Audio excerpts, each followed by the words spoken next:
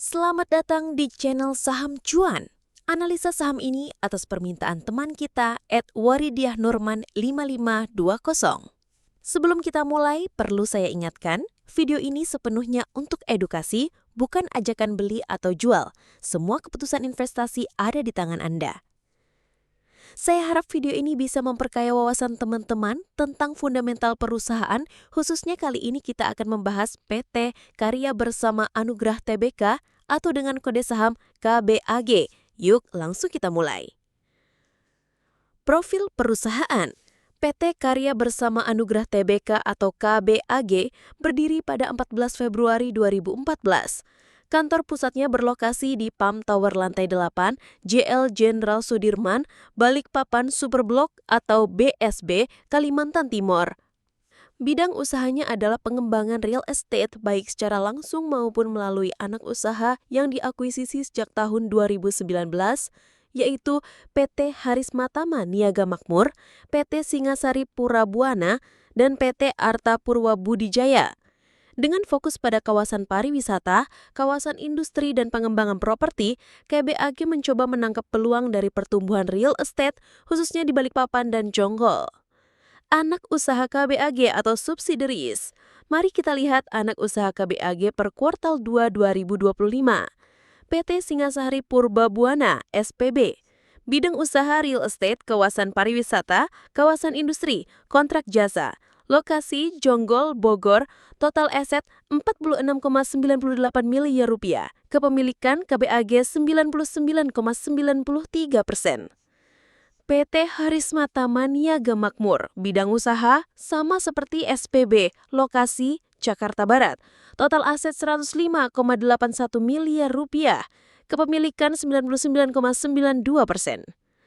PT Arta Purwa Budijaya APB, lokasi Jonggol Bogor, total aset 26,5 miliar rupiah, kepemilikan 99,90%. Artinya, KBAG mengendalikan penuh anak usahanya dengan kepemilikan hampir 100%. 3. Struktur pemegang saham. Per kuartal 2 2025, struktur kepemilikan saham KBAG adalah PT Visi Kota Indonesia, 55,47%, mayoritas pemegang saham. Masyarakat non-warkat, 39,36% atau free float. Salim Lim, 5,18%. Dengan free float sebesar hampir 40%, saham KBAG cukup aktif diperdagangkan di bursa. Laporan keuangan KBAG. A. Income Statement atau TTM. Revenue 5 miliar rupiah, gross profit 3 miliar rupiah, EBITDA minus 20 miliar rupiah, net income minus 24 miliar rupiah. Artinya, meskipun KBAG masih mencatat pendapatan, tapi perusahaan menderita rugi bersih yang cukup besar. B. Balance sheet atau Q2 2025.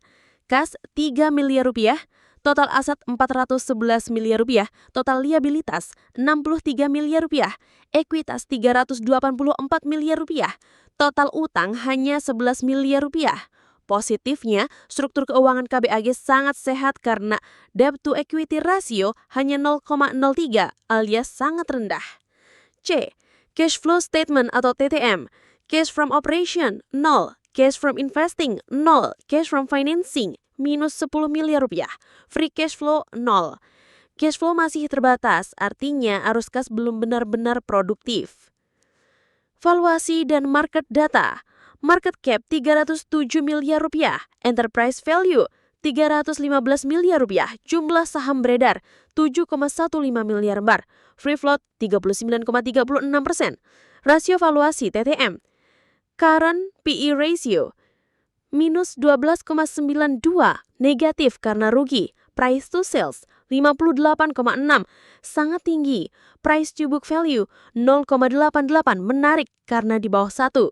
EV by EBITDA minus 16,07. Secara valuasi, BBV di bawah 1 bisa menarik bagi value investor, namun tingginya price to sales menunjukkan saham ini mungkin overvalue dari sisi pendapatan. Profitabilitas. Gross profit margin 42,66% cukup sehat. Operating margin minus 443% sangat buruk. Net profit margin minus 241,61%. Rugi besar. Kesimpulannya, KBAG masih kesulitan menghasilkan laba bersih meskipun margin kotor cukup baik. Pertumbuhan atau growth, revenue year on year, minus 75,36% turun drastis, gross profit year on year, plus 115% meningkat. Net income year on year, plus 37,87%, masih rugi tapi kerugian berkurang. KBAG mengalami penurunan pendapatan yang signifikan, tapi ada sedikit perbaikan di gross profit dan net income. Dividen. KBAG sempat membagikan dividen tahun 2020 Rp 0,35 per saham, tahun 2021 Rp 0,11 per saham. Namun sejak saat itu, tidak ada pembagian dividen lagi. Rasio solvabilitas. Current ratio 3,77 sangat sehat. Quick ratio 1,16 cukup aman. DEA 0,03 hampir tanpa utang. Almen Z-score 8,39 jauh dari potensi bangkrut. Dari sisi solvabilitas, KBAG sangat kuat. Efisiensi dan manajemen. ROA minus 5,79%, ROE minus 6,83%, ROIC minus 6,01%. Aset turnover 0,01, Days sales outstanding 511 hari artinya sangat lama. Days inventory 23.393 hari artinya perputaran stok sangat lambat. Cash conversion cycle 23.765 hari, hampir tidak efisien. KBAG memiliki masalah besar di sisi efisiensi bisnis. Kesimpulan analisa, dari semua data yang kita lihat, positif. Neraca keuangan sangat sehat hampir tanpa utang. PBVI di bawah 1 menarik bagi value investor. Gross profit margin masih terjaga. Perbaikan net income year on year. Negatif. Revenue turun drastis. Masih mencatat rugi besar. Cash flow terbatas. Efisiensi operasional sangat buruk, CCZ dan DSO tinggi. Jadi KBAG adalah perusahaan properti dengan fundamental konservatif di sisi neraca, namun masih menghadapi tantangan besar dalam profitabilitas dan efisiensi meresmikan proyek properti mereka. Untuk investor jangka panjang, saham ini mungkin menarik hanya jika manajemen mampu meningkatkan penjualan dan mempercepat efisiensi proyek properti mereka.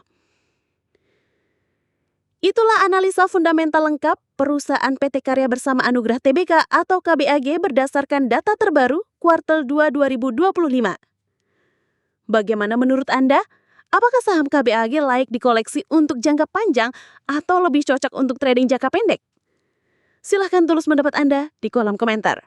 Jangan lupa like, share, dan subscribe channel Saham Cuan agar Anda tidak ketinggalan analisa saham lainnya. Terima kasih sudah menonton sampai akhir.